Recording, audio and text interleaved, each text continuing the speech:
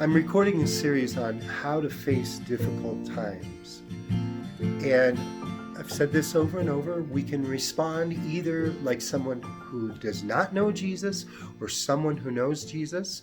We can respond with fear or we can respond with faith. And what does it all come down to, though? We're looking at Psalm 91. And in Psalm 91, we're finding out that before we deal with any of the difficulties, today we're going to go through and we're going to start talking about difficulties. Before we talk about difficulties, though, Psalm 91 starts with something very, very important. It starts with a relationship. You who dwell in the shelter of the Most High, who abides in the shadow of the Almighty. There's this close relationship you're called to where you can say to Yahweh, who is your Father, my refuge and my fortress. You can say to your Father, you're the one that covers me. You're the one that I can run to and I can hide in you. You can say to Yahweh, my refuge, my fortress, my God, in whom I trust. During difficult times, it really comes down to this.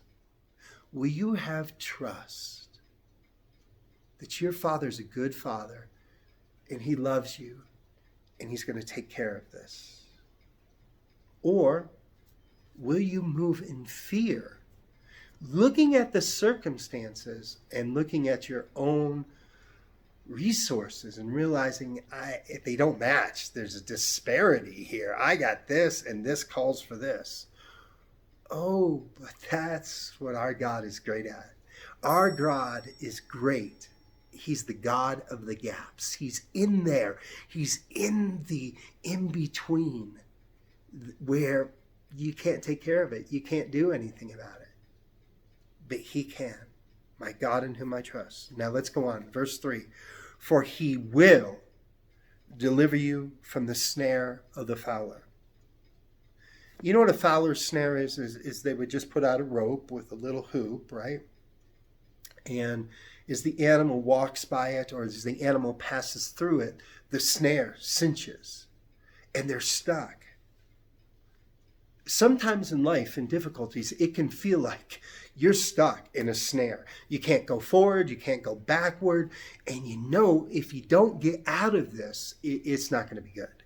It's not going to be good. You know that. But listen to what it says, for He will, not He might, not He could, for He will deliver you from the fowler's snare and from the deadly pestilence. I'm recording this right now as coronavirus it's spread throughout the world. We're all, everywhere in the world is dealing with this coronavirus. It's a pestilence. It's a pestilence. It's something that you can't see, but it comes at you to destroy you. For He will deliver you from the snare of the fowler. He will deliver you from the deadly pestilence. Now you have a choice. You have a choice. You can either believe the circumstances, you can watch the news, and I'm not saying don't watch the news, but when you start thinking that that is the way it's going to be for me, are you standing in fear or are you standing in faith on the promises of the Word? A decision has to be made, an act of your will. For He will, God has a will. His will is to deliver you from the fowler's snare. His will is to deliver you from the pestilence. But for God's will to be accomplished, you have to make a decision. You have to make a choice of your will. Will you believe the circumstances, or will you believe the promises of God? Which one do you will? I will believe this, fear, or I will believe this, faith. God has a will. He will deliver you from the snare of the fowler and from the deadly pestilence. He has that will. But He's waiting on you to partner with your will with his will, your desire with his desire. He will not force his promises upon you. So now you have a choice. Will you believe that you're stuck and there's no way out and it's going to get worse? By the way, that's another thing right there. It's going to get worse. These are times when we need hope. Hope says things are going to get better. Why? Because of our faith, because of who God is. God is amazing. He's mighty. He's powerful. And not only can he do it, but he wants to do it. You have a choice to make in difficult times.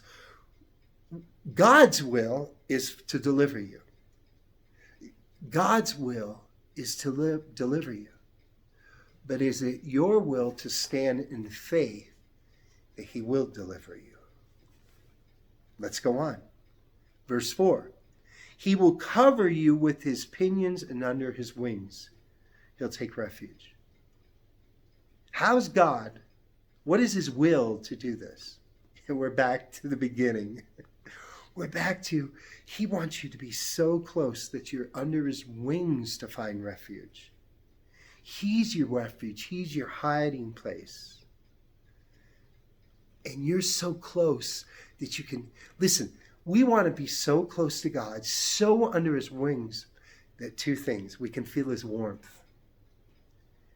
When you go to prayer, allow your heart to experience God's love for you, his warmth towards you. We just go through prayers. You know, right now, stop. Stop right now. Do you realize the Father's love for you right now? Let your heart warm to that.